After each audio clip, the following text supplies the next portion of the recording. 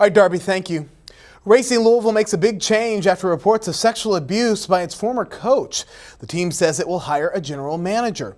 Racing Louisville sent a letter to fans today saying it's looking for someone to handle the day-to-day operations. The person will also serve as a liaison between the team and front office for matters both on and off the field.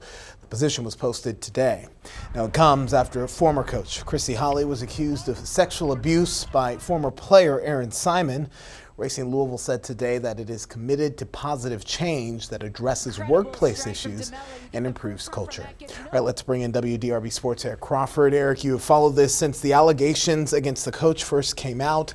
Today's move appears to be part of the club's plan to make changes. Yeah, I mean, I think, we were looking for some adjustment in the leadership structure, what that was going to be. There have been a lot of protest, fans calling for the ouster of club president James O'Connor. They're angry with the ownership. What this does is put someone else at the head of the table for Racing Louisville FC.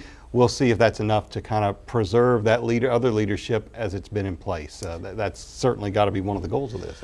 And does it go far enough? You mentioned that fans have protested. We've seen it since this Holly scandal broke. The team lost a sponsor over this. Many are calling for, the ouster of President James O'Connor. Will putting this GM in, while O'Connor still has his position, be enough to satisfy the tension and the criticism from some fans? Yeah, and we'll just have to see that. I haven't heard a lot of reaction yet. I think there'll be some that this isn't enough.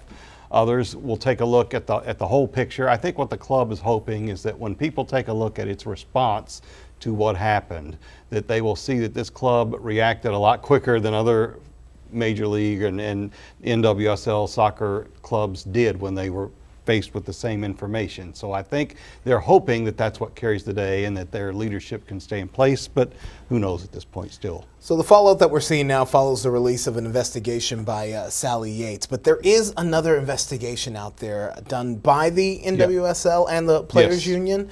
Give us a status update on that. Well, and that's going to really critique everything that's happened with the clubs and whether they vetted coaches well enough and what policies were followed once allegations came up and were made and how clubs acted in response to that. To this point, the league has pretty much endorsed what has happened here in Louisville. They brought their championship game to Louisville a year ago, knowing how it had handled a lot of these issues. So we'll see how this report, if it differs, if there's additional material, which we think there may be. Now that that first report's come out, there may be other people come forward. So could be a lot of developments yet to come. All right, Eric Crawford, thank you for your reporting. See more of it now on WDRB.com.